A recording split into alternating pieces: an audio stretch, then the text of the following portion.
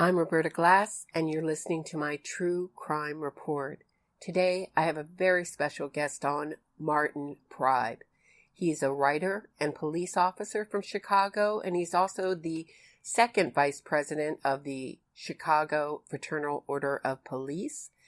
He is also the author of 3 books, The Wagon and Other Stories from the City, Crooked City, and Burn Patterns. He also writes a fantastic blog that you can find at www.fop7blog.org, where he counters the misinformation and phony narratives prevalent in Chicago's true crime reporting. That blog is an invaluable source of information for this podcast. I'm so pleased he agreed to come on this show. Welcome, Martin Preib. So, you became a cop late in life. What made you want to become a cop in your mid-30s? Well, I needed a job. I'd been in the service industry. I had wanted to be a writer, and I had lived that sort of broke life, and I was tired of it. I wanted a pension, a decent income. I had met cops when I was a doorman who kind of put the bug in my ear. I had been dealing with my parents with their declining years, so I just kind of wandered into it. And I filled out the forms and took the tests and slowly moved my way into it. You call Chicago a crooked city where only the sociopaths are free. Why? Well, as a writer, I would consider myself a regional writer. And when you're a regional writer, you try to get to the core of what makes that region what it is. And in Chicago, it's obviously corruption. And I had spent much of my life looking at Chicago's corruption from different points of view, different ways. As a writer, it never worked till I discovered these murder cases. And when I saw the process by which convicted killers were transformed into heroes and the police who put them into prison were turned into the criminals, I saw that these sociopaths who are these vicious, terrible killers are the ones who are kind of free to do what they do and to be rewarded and pray and to flourish, profit in a way nobody else is. Yeah, that's so true. And there's an overwhelming feeling of loneliness that permeates Crooked City. Do you agree with that? I'm really impressed that you grabbed that. I'm a big fan of the magical realist writers, and I was never, as I grew older, I became distanced and disenchanted with the leftism that is at the core of that literary movement. But Gabriel Marquez said, he always wrote about the solitude of Latin America, and I do believe that Chicago's corruption cuts people off from an essential communication and even an essential love. And the loneliness, it also leads to a very intense aggressiveness and mendacity. So yes, that's a very good question. There is a terrible loneliness, and that's how I look at the city, and it's how I feel. Do you think also that there's something about being a cop that separates you from other people, that you're always watching, you're always looking? Is there something in being an observer of others that creates a separateness?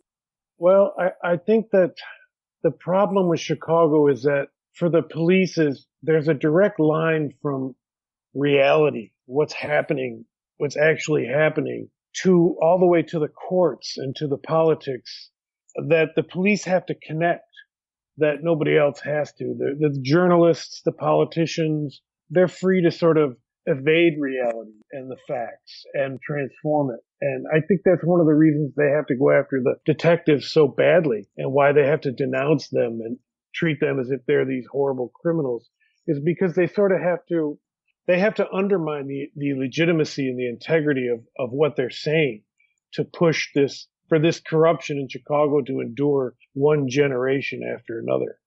So the journalists gave up a long time on trying to portray reality with some sincerity, but the police can't. You can't go to a crime and not report it. You have to take action. A prosecutor can drop charges if they want to. That's their authority, but there's a direct line. So I think that's kind of a burden of being a police officer, and that means being very aware of the reality of things, and then but also being aware of how that reality is undermined. So it makes for a keen sense of awareness, but also a kind of a paranoia, to be honest with you. Interesting. And who is James Ely, and why did you become interested in his criminal history? Well, I wrote my first book, and I didn't know how my first book was going to be received. It was an unusual book. It was a book about hauling dead bodies to the morgue. And it's exciting to write your first book, and it was very exciting to get a publisher. And I didn't know how it was going to be received. And when you write a book, as you come to the end of the book, you're working longer and longer, copy editing, rewriting, talking about things with the editor. Then all of a sudden you wake up one day, you hit the send button on your computer, and you have nothing to work on. And I had to start from scratch. And as I was doing this, there was this trial of John Burge going on. And he's this infamous commander that has been claimed to have tortured all these innocent people because he was a racist. And I didn't know anything about the cases, but I went to the trial. I just woke up one day and went to the last 2 days of the trial. I didn't know anything about him. And I saw him get up there and say, after he'd been convicted of perjury, that he never even met this guy named Madison Obley, who'd been convicted of setting an arson that killed 7 people. And it just struck me as strange. Why would a guy who just got convicted of perjury get up in front of the judge and commit more perjury? So I thought, well, did he have anything to do with this Madison Obley case? Around the same time that I had read this story about a guy who had been arrested for killing somebody and up in the suburbs north of Chicago, and they found out that he had in 1982 murdered a family of 4. 1982 was the central year in Chicago of the most fantastical murder cases that are all interrelated in the most incredible ways, layer upon layer upon layer. And he was right at the heart of it. And everybody was quite naturally outraged of why did he get out for this murder? And so I started poking around, and I spoke to this guy from Northwestern. They said that the police violated his civil rights when they were investigating the case. And I couldn't see how they did. So I started looking into it. And I talked to this guy who was a law professor, Rob Warden at Northwestern, who had written an article in the Tribune saying, oh, it was all the police's fault. And I didn't know the guy. I just called him up and said, why? Why? What did the police do? And he couldn't give me an answer that I thought was in any way satisfying. And I said, well, this guy killed 4 people. What is it you say the police did that was wrong? And he kept citing this really bizarre appeals court decision that got him out. And at one point I said, well, you're just reading from that decision. I have the decision. What do you? So this just kind of piqued my interest. And that was kind of the window that opened up the door to this entire world. Why do you think 1982 was such a year for such crazy crimes in Chicago? What about the time? Do you think there was anything about the time? What was going on in America that made it so? Oh, yes, absolutely. There was a 1-month period in Chicago when 5 police officers were shot, and 4 of them fatally. And it was in 3 separate instances. And these 3 shootings were connected by the same offenders, by a host of reasons. It sent a shockwave through the police department. In fact, one of the last 2 officers who were murdered, Fahey and O'Brien, had just returned from the funeral of another officer who had been murdered. And they'd just come back from the funeral. The entire department had just come from this rookie officer who had been shot. And then these 2 guys, Andrew and Jackie Wilson, they shot these 2 other cops. They murdered them on a traffic stop. So all the cops heard over the radio, 2 officers have been shot, 2 officers have been shot. And it just sort of signified a pivotal shift in the city. And it was connected not only by the crimes themselves, but by what was taking place in the country, because as I've traced it back all the way to the late 60s, was this whole movement to vilify the police and make them criminals and to make folk heroes out of the actual criminals. It started in the late 60s with a lot of these radical groups like the Weather Underground and the FALN and a lot of the more radical groups that were prevalent in the 68 riots and that whole debacle, and who went to battle with the police. That was they began their crusade back in the late 60s. They really didn't know what they were doing, but over time they got better and better at it. And in the 80s is when they really started to develop this process of vilifying the police and making heroes out of killers. Now, that said, everybody in Chicago, all the journalists, they all want to, paint me as a white supremacist defender of John Burge and all that, which is not true. I'm disgusted by police corruption and racism. And, I look at each case by case, and I just see that a lot of these cases are false. And I think some of them are out and out criminal frauds. So my answer to all these people is they have had their say for the last 20 some years about police corruption. But what my point of view is, what about what the police accusers are getting away with? Let's hold them accountable and let's treat the law. Let's make everybody equal before the law. Let's put everybody in there. Let's look at it and let's find out what the truth is. And that's basically what I do. You talked to Ricky Shaw. Who was Ricky Shaw, and what did he tell you about the claims you could make had you been arrested in a certain district in Chicago? Well, first I'd say, I'm extremely suspicious of any claims by Flint Taylor. Ricky Shaw, he came forward and he said something that a lot of police officers from the 60s on claimed. You have to understand that in the 60s, the late 60s, there was a merging between these upper middle class kids who turned really radical, like Bernadine Dorn and Bill Ayers, and became very militant and revolutionary. And then there were these inner city groups like the Black Panthers, who also became very radicalized and very revolutionary. And these two groups really bonded together. They came together in the 70s and they pushed their agenda. So, the access into the prisons and to the controls of the gangs in the prisons has been going on for a long time. And it's been claimed by a lot of police officers in a lot of these cases that once they get a lawsuit or a claim against one police officer, word gets out, and then a lot of people suddenly come out of nowhere making similar claims. And so I think that all started back from the late 60s and 70s. And Ricky Shaw came forward and he was a top guy in the El Rukins, and he was in the joint for a long time. And he talked about how it was his job to go and search out anybody who had been arrested by the Area 2 detectives, which were the Burge detectives, and to make similar claims. And he said that he stated that was the scam they were running. And I think what's most interesting about Ricky Shaw is I believe to this day, not one journalist in America has ever even asked him about it. I think we're the only guys who ever interviewed him. I'll link to your interview with Ricky Shaw on YouTube under this video. It's a short but fascinating interview about the Burge claims. It is.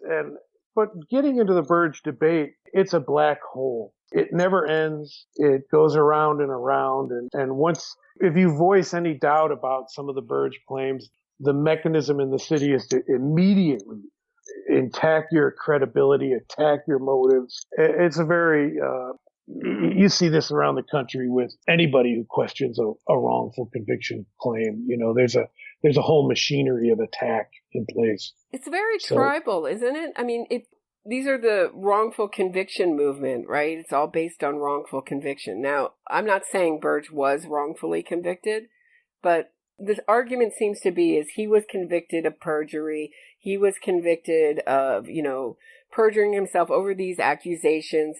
How could you dare sort of whitewash his terrible history, right? Yes. When they're the wrongful conviction movement, right? Is that a little bit of irony or no?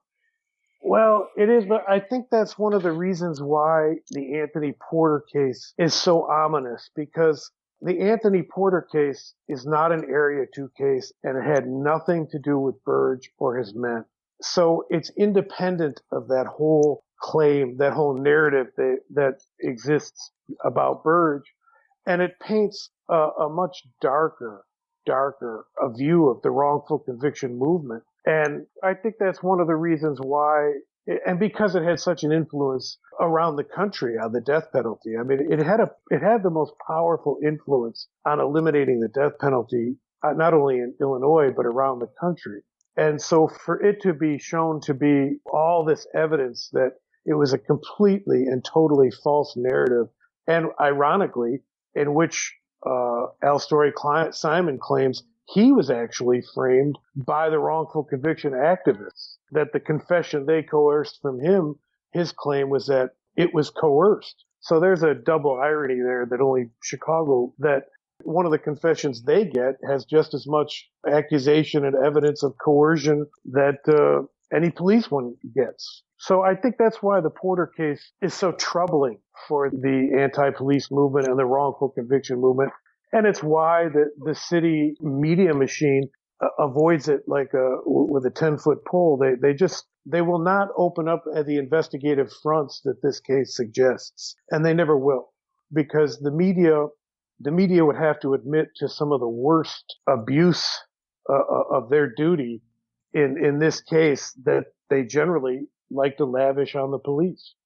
They talk about a code of silence about the police. That phrase, code of silence, is their favorite one. But really, there's just as much evidence of a code of silence in the media in Chicago. And I say that as a writer as much as I say it as a police officer. So that's a perfect segue into my next question, which is, who was Anthony Porter, and what was his criminal history before, was it August 15th, 1982? Yeah, it was August of 1982. I actually don't remember the exact date right now. 15th or 16th, I can't remember. I have it in my notes as the 15th, yeah. So. It was early in the morning, so late at night, early in the morning. He was a major thug, gang member.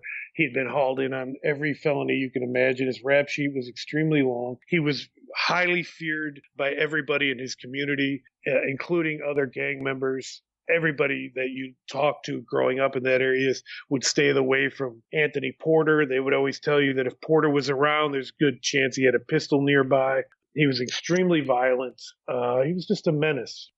And so he went into the park and killed 2 people that night. But first he robbed someone, right?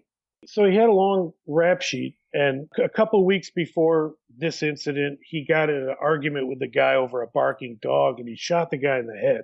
And the bullet miraculously broke the skin, went around his skull, and came out the other end. And he wasn't seriously injured. But the police had a bulletin out for him for aggravated battery. And everybody in the district was looking for him because he was a notorious stick-up man. And armed robbery was his forte. And he was being investigated for a boatload of armed robberies as well. So everybody was looking for him. And my suspicion, the way I imagine it, is he knew he was going in. He knew he was going back into prison. He knew with his rap sheet he was going to get a long sentence. So he was kind of on a wild crime spree. And he hung out at that park. That was where he hung out, is this like base next to the pool. And he was running around with a pistol. And he came into the park and he robbed a guy who was right next to the pool, had just come out of the pool. And the guy only had $2 on him. And he said that Anthony said, today's your lucky day. And then he wandered up into the corner of this couple was, and in the course of a robbery, he shot them. He murdered them. The woman didn't die right away. She fell and got up and walked, and she was holding her neck. The bullet went into her neck and then down into her vital organ. One of the bullets did. And she pointed to 2 cops that came in. She pointed out Porter, and they stopped him, but they didn't find a gun or anything. And so they just wrote his name down and stuff. So she wandered out. 2 cops grabbed her and put her in an ambulance. She died at the hospital. The guy, the male, Hillard, he fell where he was shot, but he was still somewhat alive. And 2 cops came and carried him down along with the 2 witnesses, the one of them who had just been robbed. They carried him down to the wagon where they rushed him to the hospital, but he died as well. There were multiple witnesses that night, correct? Who saw Anthony Porter. Yeah, there were 6. There were 6 witnesses who either observed him commit the murder or observed him in the area of the murder right before it. And the central failing of the wrongful conviction of the Northwestern investigation is that they never even talked to four of these witnesses. They never even bothered to interview four of these witnesses before they came forward and declared that Porter was innocent and another man, Simon, was guilty. That's the first truly gaping hole, that there was no investigation to speak of at all. So, yeah, they never contacted these other four witnesses, and they testified to that fact. What was some of the other evidence that they used to free Anthony Porter? I know one of the things was they went to the actual location and they tried to prove that it couldn't have happened, but it had been remodeled. No? They took the kids back to Washington Park. They take these Northwestern kids, they took them back, and they made some claims that from the point of view that they're saying that it could not have happened this way. But the lighting had been changed, and that was pretty easily disproved. There was this grand jury that was convened where they were going to let reviewing the case, and they put the students up, and they put protests up there, and they put Paul Cialino up there, and it was immediately apparent they really didn't know what they were talking about. The students didn't know what they were talking about. The prosecutor is like, you mean you didn't even talk to four of the witnesses? You didn't do this, you didn't do that. So they tried to claim that they didn't have this view. The whole thing is, this is what boils down to almost every wrongful conviction case that you're going to read. Now, you could say in the Andrew Wilson case, who shot a cop, that, okay, maybe some cops lost their temper and were so upset that they either abused the guy or they fudged evidence to convict him, to get him in jail, to get him the death penalty, whatever. But the notion that a slew of detectives would descend upon a double murder like this and arbitrarily decide to put it on the wrong guy without knowing that in a week or 2 weeks the real offender might come forward or some new evidence would come forward to show that they were lying. The notion that all these detectives would somehow be able to get together and come up with this case and this narrative, and that the witnesses that they supposedly coerced would stand tall and not say, oh, okay, they coerced me into it. It is so outside the world of bizarre and ludicrousness that these kinds of narratives float, that the detectives would do this. That is so the key in so many of these wrongful conviction cases, like the Central Park Five. I mean, as soon as I heard about the Central Park Five, I said, yeah, all these detectives decided to put it on these kids with the entire international news watching. They decided to frame some kids. So that's what happened in the Porter case. They came up with this crazy scenario that the detectives arbitrarily decided to put it on Porter and ignore the evidence that somebody else did it. Well, what motive would they have to do that? Why? They didn't know the victims. Right. I think their argument is that they had to solve the case and quickly. And they're really happy to have a murderer just walking around, continuing to murder while they frame an innocent person.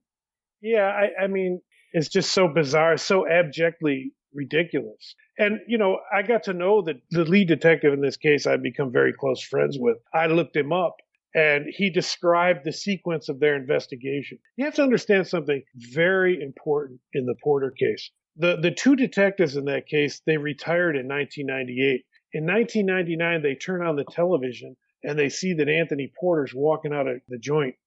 And their first reaction was, oh my God, did I almost put an innocent man on death row to be executed? I mean, they were haunted by this.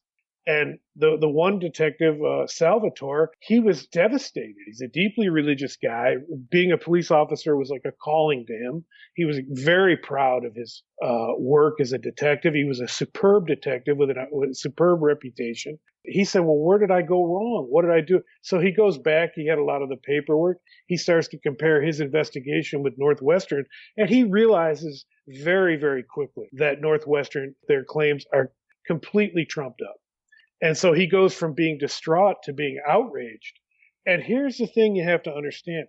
These detectives realized if Porter narrative won in a civil lawsuit, if Porter sued the city and the city settled or they lost in a trial, they knew that dozens of other inmates would come forward and make the same claims against them. So by 1999, the detectives were all aware of this scam that was coming. That if you got nailed on one of these cases, it wasn't going to be a one-shot deal. you were going to spend the rest of your life defending case after case after case.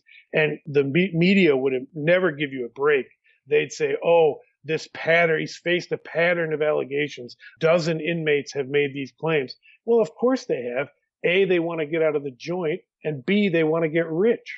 So the detectives immediately mobilized in this case, and they did a fantastic job. All the cops came together and they went to trial. They demanded on going to trial. That's a long story in and of itself, but they went into trial, and their attorney argued not that cops did nothing wrong. The attorney argued that Porter was guilty, and he won, and Porter didn't get a dime. Was that the same interview you did with the lawyer? Yes. That's a really interesting interview. And he wasn't sure when he got that case. He called it a dog, correct? Yes. And he said that Salvatore sort of changed his mind by taking him to the park and showing him what happened, right? Yeah, well, that's what gets in where the detectives have to go through reality. Jones is an interesting guy. His father was a police sergeant, so he grew up in a police family. But I think he leaned a little bit left, and he's an African American man. So and there was so much media hysteria about this case, particularly from Chicago Tribune. Just like, this is the case to end the death penalty. Do you have to understand? To end the death penalty in Illinois, they had to get a guy off death row. And Porter became that crusade. And so they were pushing that so hard that Salvatore and the other detectives, they really had to be forceful with Jones. They were showing up at his office saying, no, you are going to come with us to Washington Park. So he grudgingly did it. So they walked him through Washington Park, and they showed him step by step by step. See, you have to understand something that happened in this case that is so crucial. When the detectives wanted to get an arrest warrant for Porter, they never interviewed Porter. They never talked to him. The witnesses, the two initial witnesses, fingered Porter and said they saw him do it. So they tried to get an arrest warrant. But the prosecutor would not give them the arrest warrant. He said, well, it looks like they've been drinking. I'm hesitant. And the detectives were frustrated with him. So they said, well, what do you want to do? And the prosecutor said, well, let's go back to the park and have them walk us through the crime. And so they did. They got in the cars and they drove back to Washington Park. And these two witnesses walk them through step by step. And the prosecutor finally says, hey, I'm satisfied. As they're walking back to the squad car, they see a couple of guys a little ways away. And one detective says to the other, I'm going to go ask them, see if they saw anything. Now, do you think for a minute, if they had framed Anthony Porter, they would go and look for new witnesses? Of course not. So that right there, that tells you that they were running a completely legit investigation. They would have walked, so sure enough, the detective calls Salvatore and says, hey, come over here, Charles. One of them says, yeah, he gives the exact same narrative. Even the fact that Marilyn Green fell and got up and held the side of her neck and walked down the stairs and walked out the same direction. Now, how could these two witnesses, who had no contact with the two original witnesses, who did not know the first two witnesses, how could they provide such an identical narrative of the shooting by coincidence? This shows you how absolutely ludicrous this entire thing was. So at this point, the prosecutor and the detectives are now 100% confident in the case that they bring forward. And the fact that Northwestern never talked to these witnesses that were found when they returned to walk through the crime, that tells you everything. And that tells you the legitimacy of the students' claims that, oh, they couldn't have seen what they saw.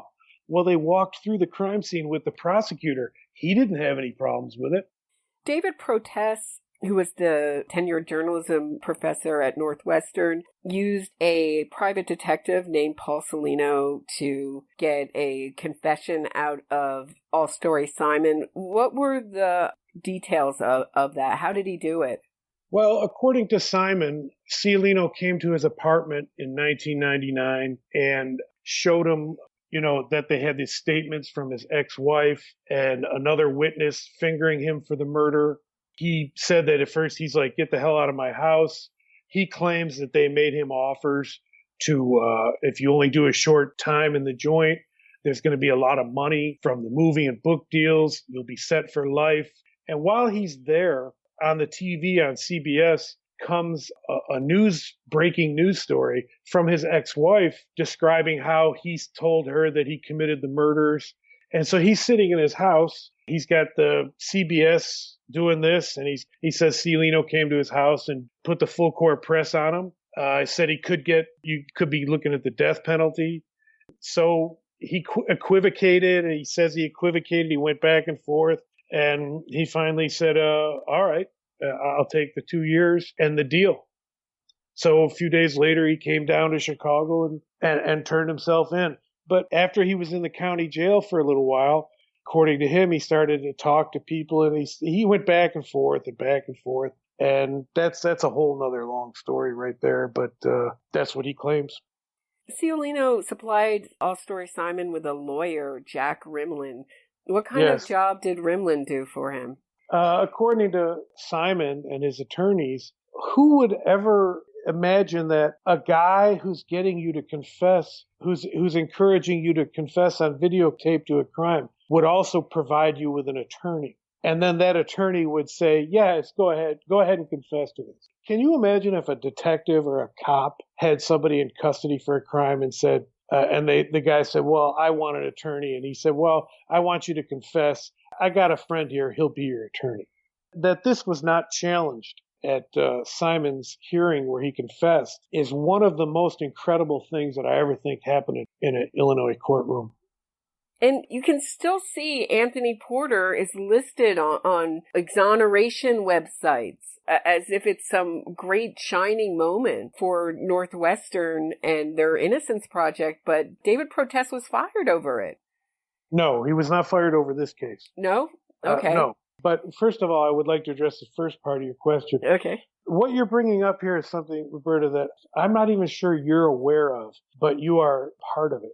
The wrongful conviction narratives are like a dam that's not strong. Uh-huh. And if one little brick, one little case falls out and the water starts to flow through, the whole thing comes tumbling down. If you admit that Anthony Porter was guilty, so many questions and other cases, the next question you have to ask is, what about all the others? Now, all you have to do is get one inmate to make an accusation against a detective. And the media and the anti-police activists, they will dig into every aspect of this guy's career. How many complaints they had, all their arrests, and they will go after him. But nobody will go after David Protest and say, well, if this case was dirty, how many others were? And that's why when you're out here doing these national coverage of these cases and showing that, hey, this West Memphis one's dirty, hey, the Central Park 5 is full of holes, that is a big threat to these guys. And in Chicago, they can control the narrative. They just ignore it. They just walk away from it. And then they attack the messenger big time. And so that's why Porter is still held up as an icon of the wrongful conviction, even though the prosecutor let Alstory Simon walk out of prison and said what happened here was wrong. It doesn't pass the smell test. That, I believe, is the central reason. So the second part of your question I wanted to answer, too, and I can't remember what it is. How did David Protest get fired if he didn't get fired over this case? It started to spread around that, hey, what's going on at Northwestern? And he was pushing another case, McKinney. And as I understand it, the prosecutor, they're coming forward saying this guy, Anthony McKinney, is innocent. They got retracted witness statements. The students were doing this. The same kind of narrative as Protest. So they walked to, but the prosecutors started going back and talking to these witnesses who recanted. And some of them, as I understand it, were saying, I never said that. So the prosecutor at the time, Anita Alvarez, she filed a subpoena of the students' records, the emails, everything, the protests, and everybody went nuts. I mean, how dare the prosecutor do this? This is a violation. There was a tremendous attack on Alvarez, but it went before a judge named Judge Diane Cannon, and everybody should read the transcripts of this hearing, where they're just bringing up all this evidence that these recantations are ludicrous. And so she grants the motion, and they have to turn over all this stuff. As they turn over the stuff, the attorney that's representing Northwestern, including protests, says, hey, I'm finding stuff here that I was not told about. It's not true. And I want out. The judge said, no, you got to stay with representing Northwestern. Northwestern then distanced itself from protests and conducted their own internal investigation. And after their internal investigation, they issued this statement saying that Protest has not been telling us the truth about some of his cases. He's not been forthright, and we are no longer to let him teach his class. And shortly thereafter, he resigned and left in this big scandal. Then he went and opened up a sort of a private Innocence project and kept pushing other cases. But that central era of Northwestern uncovering all this stuff, that was not directly tied to the Porter case, but it was another sign that there's a larger pattern and practice here regarding protesters' cases that to this day has never been explored by the mainstream media in Chicago. Which is a really good segue into my question about, do you think this kind of innocence fraud could go on without journalists sort of supporting it and writing the stories in a kind of one-sided way or factually inaccurate way would maybe be a better way to put it? No, I don't. And I think what happened in the late 60s and the early 70s is that the radical revolutionary movements in the country, at first they were sort of like, let's take to the streets mentality. And when they saw that didn't work, I think a lot of them became more sophisticated. They developed and they moved into three primary areas: education, law, and the media. And I think they fundamentally transformed all three, but none more so than the media. And they erased that line between advocacy and media and journalism. And nowhere did they do this more powerfully than Chicago. And none of this could have happened if the journalists did their job in the slightest. And there were some good journalists, but as you know, from what you've done, the attacks from these people are relentless and they're vicious. And a lot of people are just sort of back away from it. But it's gotten so bad in Chicago that the cat's sort of out of the bag. And it remains to be seen who's going to have control of this narrative. That's why I think your podcasts are so important, Roberta. I really do. Thank you. I appreciate that. So you talk about these activists. So what is there that started in the 60s? You think that they see the let's just take it in Chicago police as the man, the legal system as the man that they want to, what's their end game? To take those things down? Another great question. I think with the far left and the radicalism is initially they have this sort of utopian Marxist belief that that our country, with all of its history of abuse and mistreatment and class divisions, that makes us a fundamentally evil country, and that we can create a better one through whatever Marxism or communism. I think that was early on their belief. But after a while, I think the game just becomes destruction itself. And that attacking the institutions and trying to undermine them becomes the game in and of itself. And I think that's the sad reality of the left, the far left.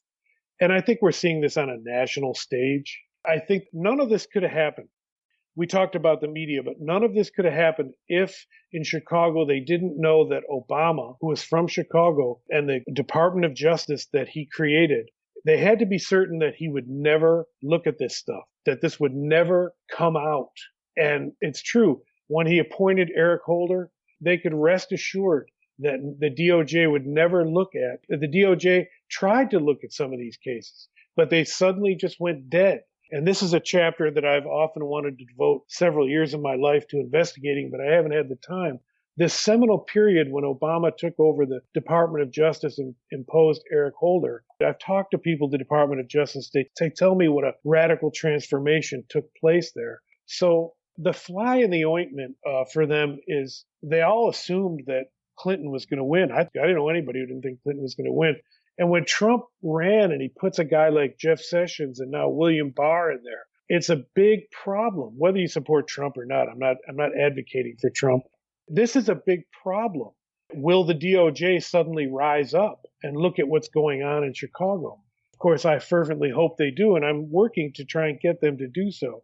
But I mean, this mania of these cases that don't hold any water, they're just like wrongful conviction cases. When you break them down and you look at them closely, there's nothing there.